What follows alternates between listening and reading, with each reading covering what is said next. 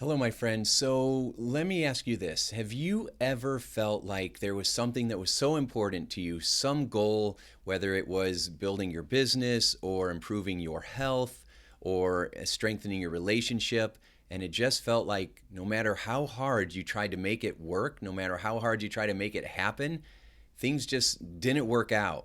You get so close and then it crumbles apart. You have the best intentions and then it doesn't work out. And then afterwards, you're sitting there going, what happened? I don't understand.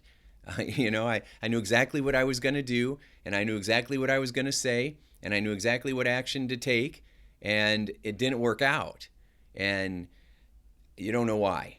And I want to share some insights that I've learned from working with thousands of people over the years to help you to understand what's going on at a subconscious level. So I was working with somebody this morning, and I saw so much of myself in this person, at least the way that I used to be, the way that I used to think, and I saw the struggle they were having, and I saw the emotions they were going through. Because when mindfulness, self-awareness is the first step. Understanding what the real issue is, what the real challenge is inside that's keeping you stuck, and recognizing it. A lot of times we think it's one thing and it's actually something different. After years of helping people, they would say, "Wow, I never would have thought it was that."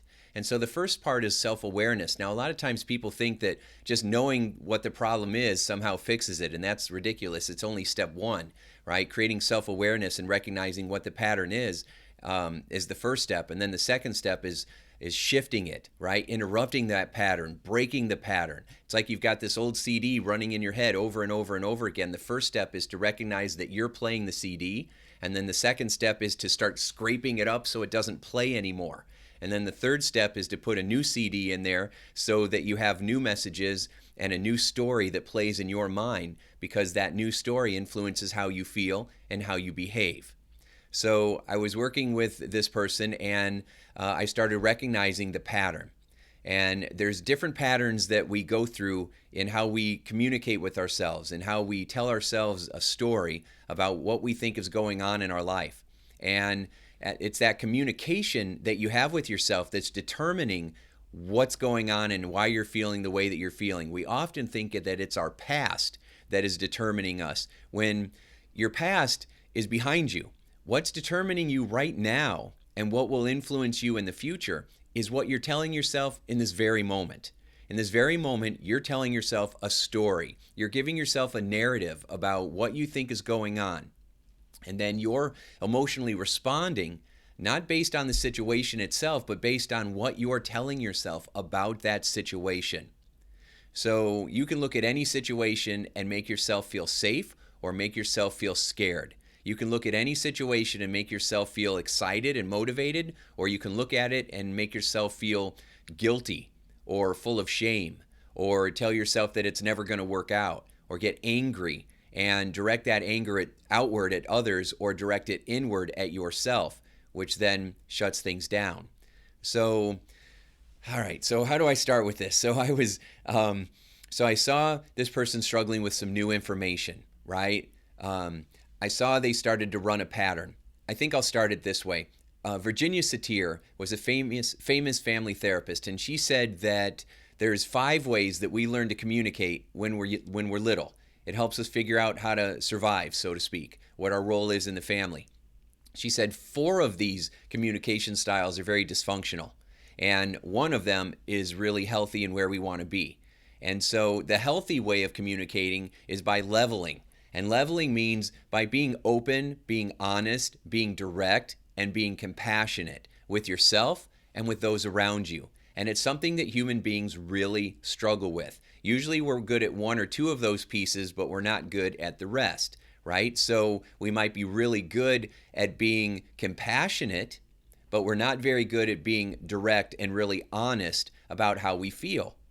Now, one of the reasons why we have trouble being honest with how we feel is simply because we're afraid of the response we're going to get back. Or we've already played it all out in our mind and we think that this is going to happen and this is going to happen.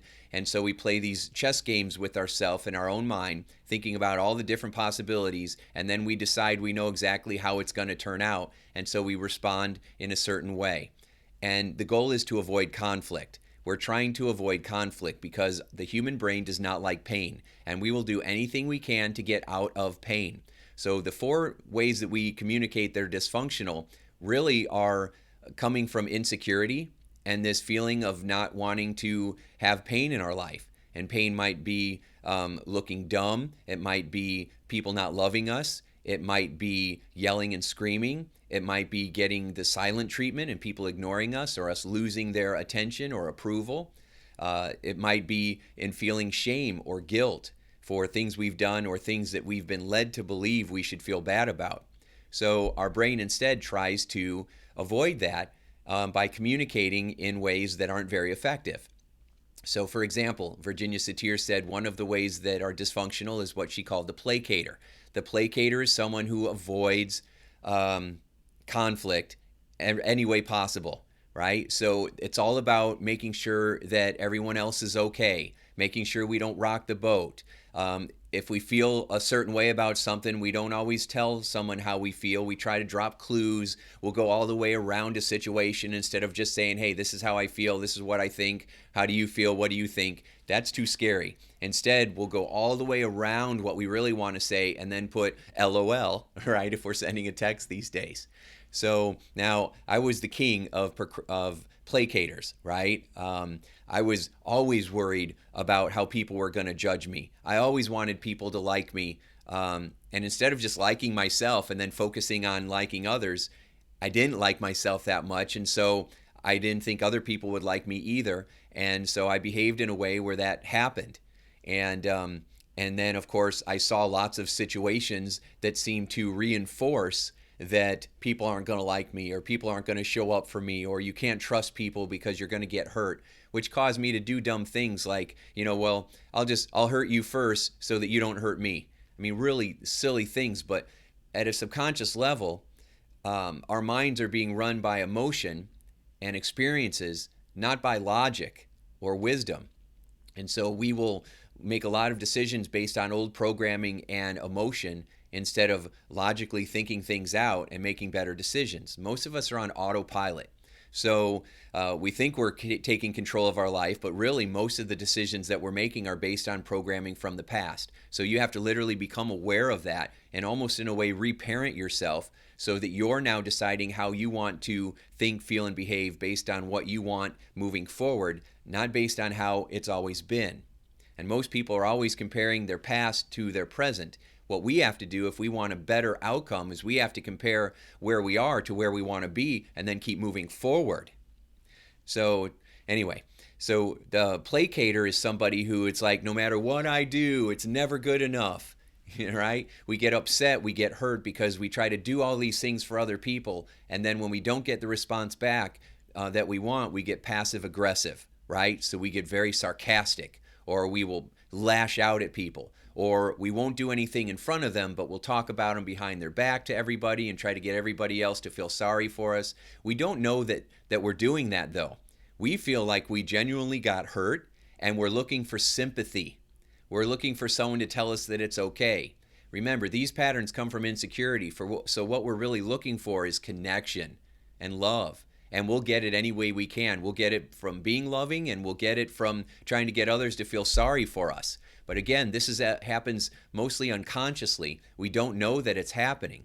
So if you're doing this, and you probably have, we're always running one of these patterns. A lot of times we'll see ourselves in all the patterns I'm about to explain, but there's usually one that is more predominant.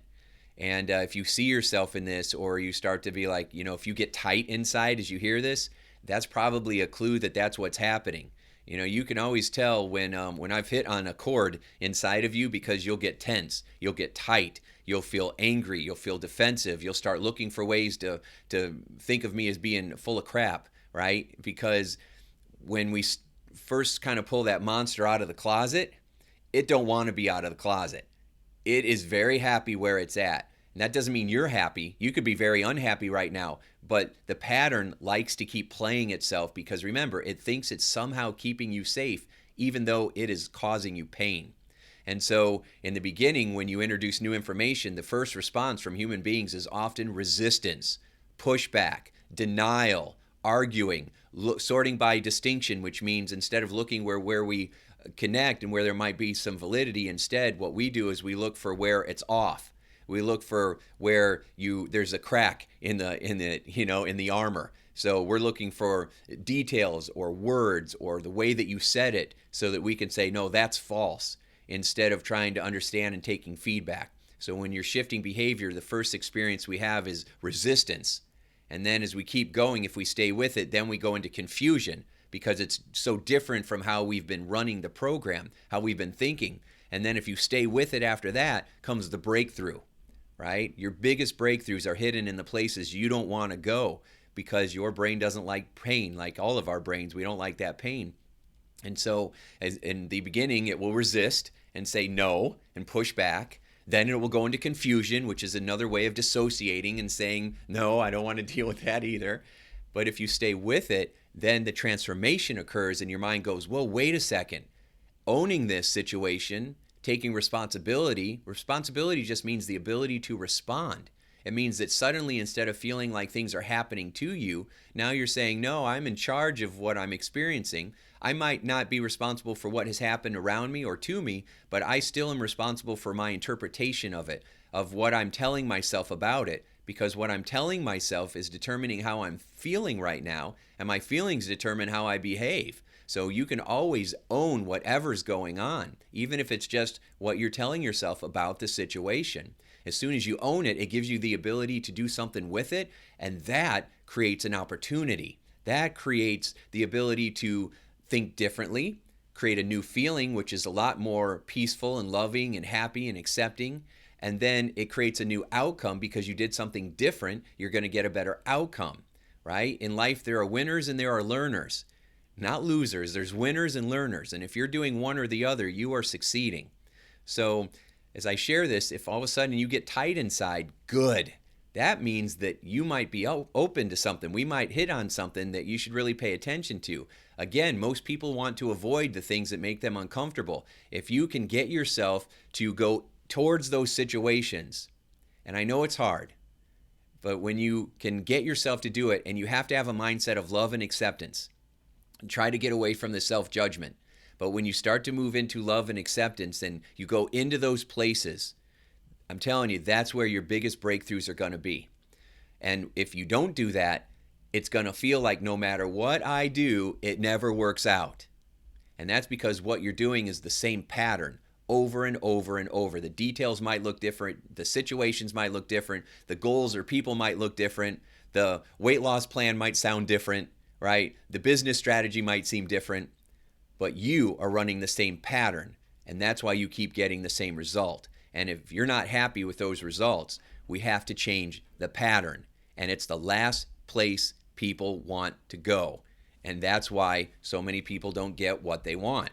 But you can if you decide to go in this direction. So the placator is when we start feeling sorry for ourselves, when we start saying that, this is wrong, or that I feel, I'm not getting the love that I want, or I'm not being treated right, and we start to feel really sad inside. And then what we do is we will either get angry at other people and say, well, fine, I'm just not going to talk to them anymore. I'm not going to do anything for them anymore. I'm going to see how they like it. And we get real snippy, and it's this passive aggressive behavior, or it's this righteous indignation, right? Where we're going to all of a sudden feel somehow like we're connecting with ourselves by acting immature and not owning the situation, or going up to that person and saying, hey, you know what? This is what I was doing, and this is what I was trying to get out of it, and this is what I saw from you, and it might be wrong, but I want to come to you and tell you how I'm feeling and ask for what I need, and understand where you're coming from as well.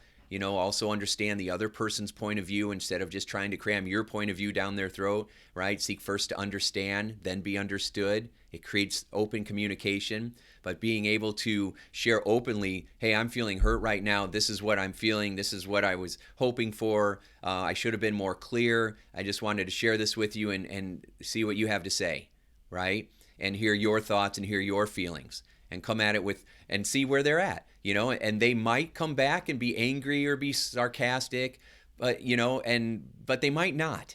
And maybe they've always done it that way, but maybe this time they won't. And it really isn't about their reaction. It isn't really about their response. The goal is for you to respond, or for you to take action, for you to be open, for you to be honest, for you to be direct, for you to be compassionate. What people do is they say, well, I know how they're going to act, and because they've always acted this way. And so what it does is you use them as an excuse for you not behaving in a more mature way, and it keeps the pattern going. The monster runs back in the closet and says, now we get to stay exactly the way that it's been because this is keeping me safe, even though I'm totally unhappy with how my life is right now, or at least this part of my life. So instead, you got to get the monster out of the closet and realize that it's very small, this monster. It casts a big shadow. We got to get it out of the closet and keep that monster small. And that monster that I'm referring to is insecurity and fear, right? I don't know if it ever fully goes away, but we got to keep shrinking it down. We can't keep feeding it because then it will grow.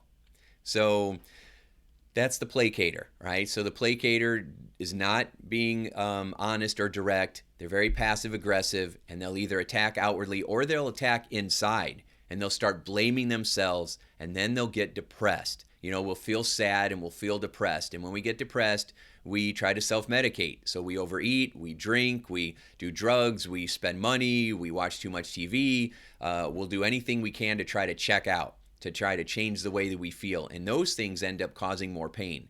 It's really sad how us humans try to avoid pain by doing things that cause more pain.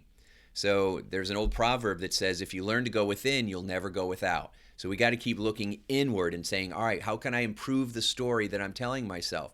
Instead of blaming myself and getting depressed. Remember, depression, the word depression is a word that describes an overall feeling of lethargy and having no energy. And that no energy comes from the story that we are helpless and hopeless and there's nothing we can do. So basically, I'm in pain and I can't get out of it and I'll never be able to get out of it and there's nothing I can do about it, which is a total lie, because there are things you can do to shift, to get out of that, to feel stronger, to feel more at ease. Now, I don't want to get into a big debate about depression being biological versus, nature versus nurture, because that would be a distraction that would cause us from having this conversation. So if you start to get caught up in that, just know that that's your brain's way of trying to distract you and take you off on a tangent instead of focusing on the real point of this video. Okay, the real point of me wanting to share this with you, because this is something that I've worked through personally and it's been really hard and it's screwed up a lot of areas of my life, and I keep working at it every day to improve the way that I think and communicate, which then gives me better results and more peace in my heart, and it'll do the same for you. But it's the same pattern that I've had to help people break for years and years, and I just felt compelled today after seeing it again and seeing how strong the pattern is and how it can take over somebody so fully and make us think that that's not what's going on when that's exactly what's going on. So anyway, so the placators are always focused on getting their feelings hurt, avoiding conflict, not being honest, not being truthful, and either blaming others and getting self-righteous, or blaming ourselves and then feeling depressed. Or we'll feel sad and depressed for so long that we can't take it anymore, and then we just get pissed because it's easier to get angry than it is to feel sad or hurt all the time. So then we can get really angry. And angry is often where the blamer kicks in. So the blamer is the second form of dysfunctional communication. And with the blamer, what they're doing is it's always somebody else. It's your fault. It's you, right? And they're always blaming somebody. So they're blaming God, or they're blaming the president, or they're blaming the country, or they're blaming the politics, or they're blaming their mother, or they're blaming their mother-in-law, or they're blaming their siblings, or they're blaming their spouse, or they're blaming their kids, or their job, or their boss, or their coworker. They're always pointing the finger at someone else. And remember that old adage, it's kind of cliche now, but when you point the finger, all the other fingers are pointing back, okay? That doesn't mean that people around you aren't behaving poorly. They probably are, because everybody's running this dysfunctional communication. But what it also means is that you've got to own your part of it, right? So the blamer is someone who feels insecure inside and doesn't want to look bad, or, it's almost like they have imposter syndrome. They don't want anybody to realize that they're a fraud, right? They don't want anybody to realize that maybe they have made mistakes. And so they hide it and always blame somebody else because they don't want to look weak or dumb, or they're afraid that they're going to be found out, that they're not good enough, or they're going to be afraid that people are going to leave them, right? Or they just don't want people around them because they're already feeling like they have to protect themselves. So they keep everybody at a distance with their anger. So, usually placaters and blamers get married. So one's always yelling and the other one's always feeling hurt. Sorry, the one's always feeling hurt or upset or stressed out.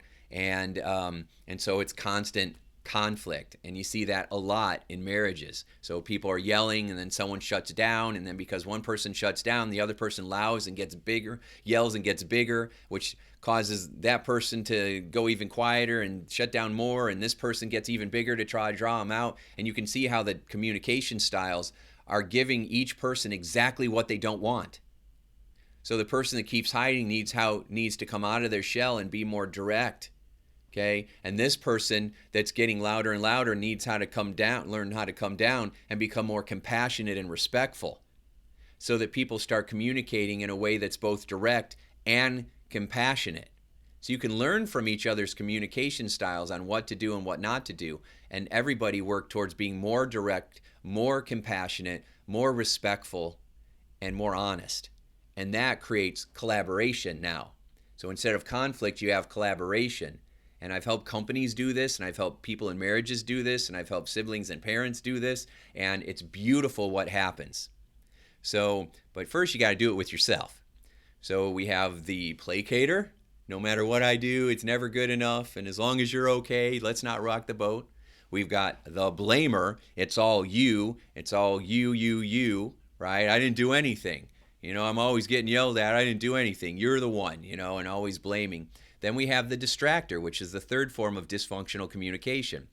And the distractor is the person who says, who thinks that I don't want to be a part of what's going on right now, so I need to find a way to check out, right? So I'm going to get distracted with 50 million other things that's going on because I don't want to deal with what the real problem is. Or there's something that's inside of me that I need to fix, but it brings up so much guilt, so much shame, so much hurt, so much heartache that, and so much fear that I don't want to deal with it. So I'm going to get caught up in everybody else's drama. I'm going to get caught up in all the water cooler gossip. I'm going to get caught up in being so busy that my eyes are rolling around in my head because I've got 20 million things to do. We do this in business too. Instead of focusing on the one or two things that are going to give you the biggest breakthrough, we get caught up in 50 other distracting activities that don't really get us anywhere. And so it's a common habit. It's a common pattern. And none of you watching this right now, you didn't invent these patterns, but you're running them, right? You're running one of them at least, probably a few of them, because it's what us humans do. So the distractor is always getting caught up and going in 20 different directions so that they don't have to deal with what's really going on. It's kind of like sweeping everything under the rug. We'll just put our head in the sand and pretend that it isn't happening. And does that work?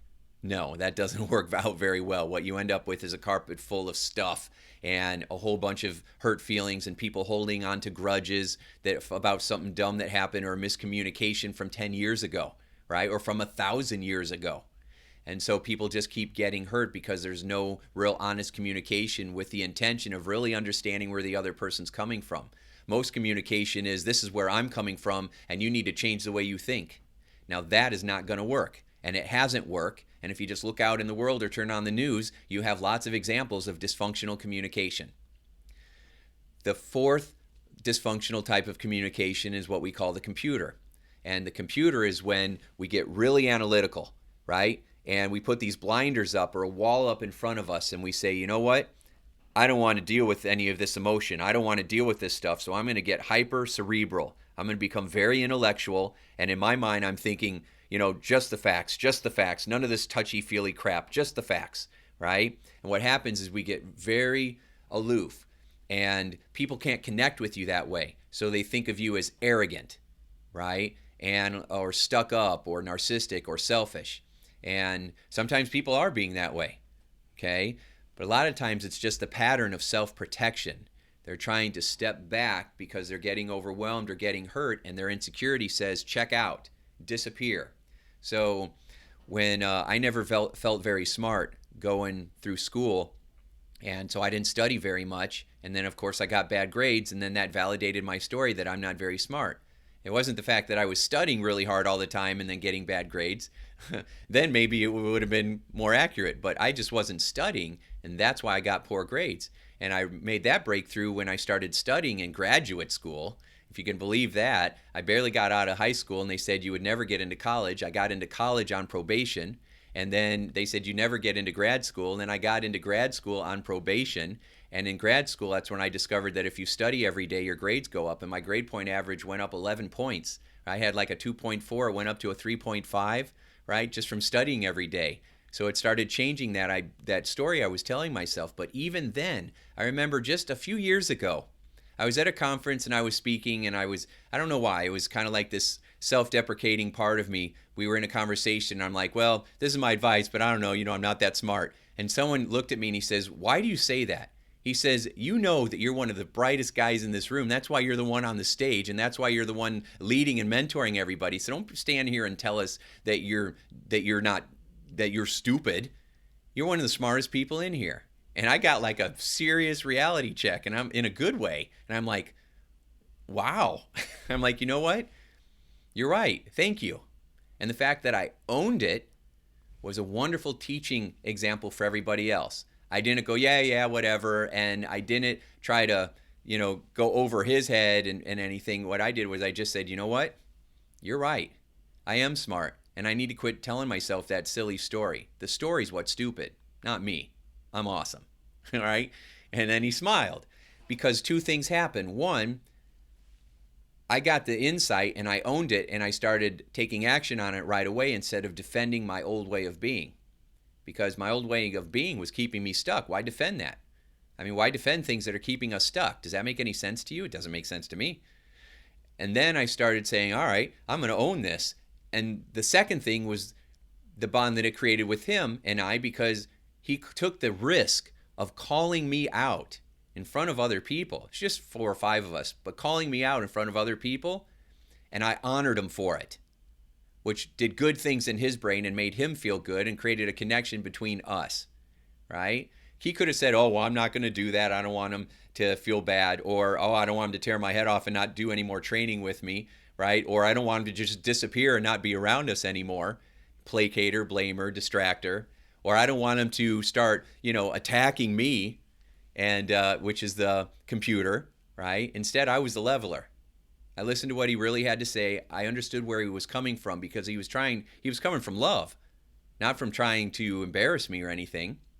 Because I was mature enough to get that, thank goodness, from all the work I've done on me, right? I honored him for that, and it was really awesome. And I'm still telling that story today, years later. So we will tell ourselves these stories based on nonsense information that feels right, but it only feels right because we've been telling ourselves this for a long time. And it doesn't feel right, it feels familiar, right? There's a difference between feeling familiar and feeling correct. A lot of times we'll hang on to things because it's familiar, not because it's correct. Remember that. So that's the computer, right? They'll become very cerebral. So some people will really check out and become aloof, and it's hard to engage with them. Some people will look very arrogant. I know that once I started studying and I got really good, so one of the things that helped me to build my feeling of significance, of trying to feel important, was trying to get really smart with my craft. And so I studied, and I've worked so hard over the last 27 years to grow my brain and figure out what to do so that I could really make a difference for others and for myself. And I got really good at it. But I recognized a pattern several years ago where I would flip from being really loving and really caring to just being a jackass, right? If I felt threatened, I was like I was one or the other. I was, let's hug it out or let's throw down, right? I mean, it was a real where I would flip, and if I felt threatened, and it happened mostly in relationships, personal relationships, like with my wife, or my family members. But every once in a while it would happen with a client too, where they would just rub me the wrong way or push a button inside of me, right? And I didn't have the maturity at the time to recognize the pattern and not fall for the setup. So I would fall for it, and then I would shift and I would get real aggressive and sarcastic. Or because I had studied so much, I knew what was really going on inside of them, and I would just lay it out, right? In a very direct but non compassionate way. And that didn't never worked out well. Right? That never worked out well at all. In fact, I've moved many times, not because of that, but I've moved every time or many times. And every time we come to a new neighborhood, my wife goes through the ground rules. You're not allowed to help the neighbors. You're not allowed to give them feedback on what you're noticing about them. You're not allowed to help them with their relationship with each other or their kids. In other words, if they're not paying you, you're not helping them with that. And so, anyway, it's a good rule. It's a good rule. So, so that is the computer. And then the last one is the leveler. And that's the one that I started out with, right? Where you're being direct and honest and compassionate. So what happens is when you start to challenge somebody on their stuff in the beginning, they will get real. So I'll just give you this example. So I was working with someone today, and when I started noticing the pattern was they were acting in sabotaging ways and acting like that was a kindness that they were doing, when it really wasn't kindness, it was selfish. And I had to call them on it in a gentle way. And the way that I call people out is by I make them aware of something and then lift them up. I make them aware of what they're doing and then saying something like, this is what you're doing and it's enabling, but it's coming from a positive place because you've got a big heart and you're an awesome person. The behavior, though, is enabling others and hurting you and sabotaging you. So we got to separate the behavior from the person, right? The behavior you're engaging in is self-destructive and hurting. It's bad. You are good. You are caring and loving and trying to come from a good place. So that's how I challenge people and lift them up at the same time. And giving him that, and I could see that he was just getting tight inside. I could see his face literally started to look like he was a 4-year-old about to have a temper tantrum, and he was getting tight. And then I helped him know that when we get tight inside, it's our defensiveness coming up, which is the first part of it. We get defensive and resistant, then we go into confusion, and then we start to have a breakthrough. And those can happen all real fast, or it can go and take a long time to get through each one. Just depends on the person and where they're at and what they're ready for. So, anyway, so I started to notice that, and so I started feeding it back, right? And noticing that tension and helping and starting to give some other examples of where the intentions were good, but the vehicle used for that was not helping, it was hurting. And got him to start to understand that. Okay, so we went through a bunch of different examples, and then I asked him, because you always, when you're communicating with somebody, you want to find out, are they getting it? What are they hearing? Never assume that you're on the same page, because most times you're not. So you have to understand where they're coming from. So you ask them, what are you getting from this? Or teach me back what you're hearing. And so I asked that, and the response was, well, I am, I'm got to stop, I'm going to try to work on, not blaming myself because, obviously this is my fault, and, and I'm doing this. And when he said, this is not my fault, it was that kind of, placator, sarcastic, well, I guess it's my fault again. I guess I can't do anything right. And I called him out on it. I said, you're doing it right now. I said, the placator's back out. The monster doesn't want to be revealed. It doesn't want to come out of the closet. It wants to keep the game going. And right now, the monster just got snarky, went back in the closet and said, you're not getting rid of me. Okay? And started pointed out a few other things. And I said, so what are you getting out of this? And he said, I don't know. Nothing. And that was when he went into confusion. He wasn't being defensive. He literally went into confusion. He was having a hard time processing it, because once you start to become more aware, it literally feels like you're somewhere else that you've never been before, and you don't have a map and you don't have a compass, and it's like you're in a new city or in the woods and you're lost. And for a few minutes, you don't know where you're at, and that can be very frightening. And so confusion is a scary place, which is why we tend to go back to what we know, because at least it's familiar, right? We're in hell, we're trying to get to heaven. We get into this place that people will call purgatory, and in between, We don't know how long we're going to be there. It's confusing. It's scary. We want to be in heaven, but we don't know what it's like and if we're ever going to actually get there. But we've been to hell, and we know at least it's warm, and we might get a suntan, so we go right back to hell. And people keep doing that. They come out for a little bit, and then they go back. Like a friend of mine said, he says, you're a Ferrari, but you get out of the garage, you drive around the block, you're not sure where to go to get on the highway, so you just drive back into your garage again.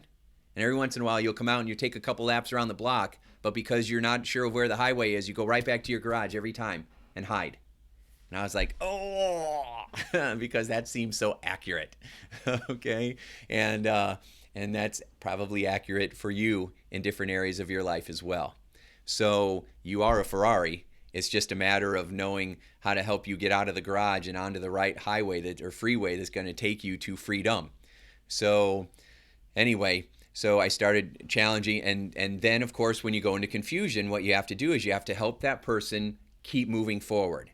It's like you swim halfway across a lake and you get tired. What should you do?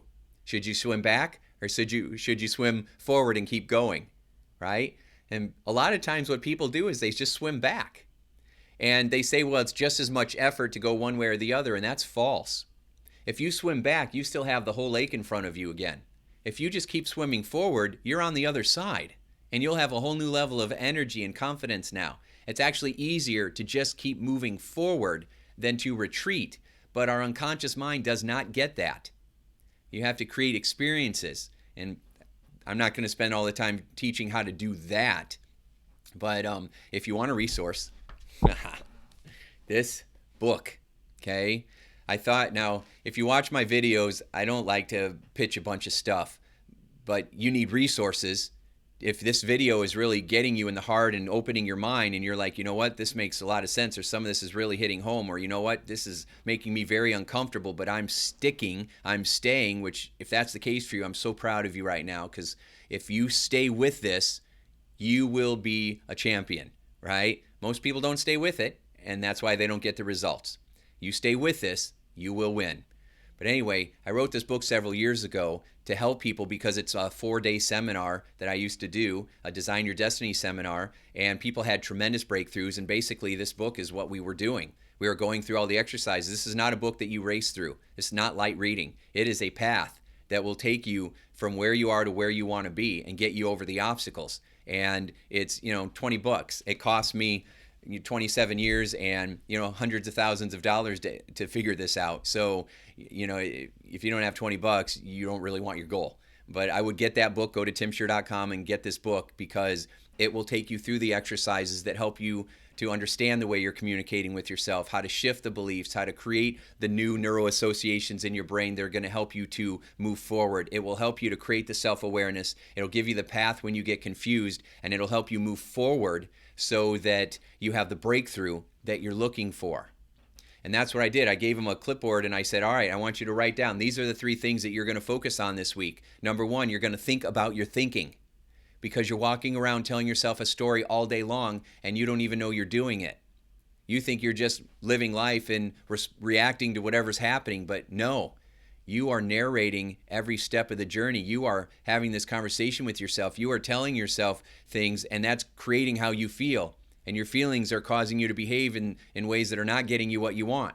So think about your thinking all day long. Always pay attention to, what am I telling myself right now? What am I focusing on right now? Or if I'm feeling a certain way, what would I have to be telling myself to feel this way? Ask yourself these questions. Have Post-it notes. I have Post-it notes around me all the time that have little notes on it, right? They have little notes on it that help remind me of what I'm supposed to be focusing on. Because otherwise we get caught up in whatever's going on, and we lose sight of that. So this becomes your compass, right? This keeps you on the path and keeps you moving forward. Your 3 action steps, whatever it is that you're supposed to be focusing on that day, or the one affirmation, that you keep saying over and over, that it's like a compass that keeps you moving in a certain direction. You get so far, then you create a new set of instructions. All right, now I'm going to move here, and then I'm going to move there, and you just a little bit at a time creates these big breakthroughs. Little changes create big breakthroughs. So we want to make sure that we're thinking about our thinking. We want to pay attention to the words that we're using. So if you hear yourself thinking words like blame or anger or sad or guilt or shame. These are words that placaters and blamers and distractors and computers use. Levelers use words like love, acceptance, kindness, compassion, empathy, understanding, honesty, directness, right? These are the words that we use so that we're not fighting or fleeing from situations. We're running to our fear, to our pain, and giving it a hug. Now, I know that sounds weird, but you've got to run towards what you're afraid of. So you discover that fear, F-E-A-R, stands for false evidence appearing real. False evidence appearing real. Okay? Or fear stands for finding excuses and reasons. We've got to turn it into feeling excited and ready for our breakthrough. So for you, after you watch this video, watch it again a couple of times, or watch it and then watch it again next week. Add it to your favorites and share it with your friends and family. Share it with your spouses. Share it with your older children so that they learn how we communicate and what's going on unconsciously, and how to start to make this more conscious, how to create more awareness so that you can learn how to be more loving and honest and compassionate and direct with yourself. You can start telling yourself a new story about your situation so that you can own it and say, you know what, this is what I've been doing, this is how I've been feeling, and this is what I want to do to change it. This is how I'm going to improve. And it takes effort. You got to work on this, and you got to work on it a lot. And if you want the glory, you've got to do it. You know, as Jim Rohn said, no one can do your push-ups for you. If you want to get stronger, you got to do the push-ups. Well, these are mind push-ups, and they will make you stronger. So focus on what you're telling yourself this week. Notice how you're feeling, and then really focus on what would I have to be focusing on? What am I picturing right now? Am I picturing the worst possible scenario, or am I picturing what I want to have happen, the outcome that I desire? Are my feelings being generated from what I am saying to myself? Yes. Well, what am I saying to myself? Well, am I telling myself things that are scary, or things that make me laugh, or things that make me feel safe? What are you telling yourself? You know, a lot of times we walk around telling ourselves things that would make anybody feel stressed out, overwhelmed, and anxious. So you got to slow it down. Now, I'll tell you, before you change the way you think, you might want to try what I call my 777. Not a 7-7, that's something different. My 777 mind reset technique, right? And I just remember the 3 sevens because it's like jackpot, right? So it's a mind reset. What you do is you breathe in through your nose and you slowly exhale. And what you're going to do is you're going to breathe in as you count mentally to 7. So you're going to breathe in through your nose to the count of 7.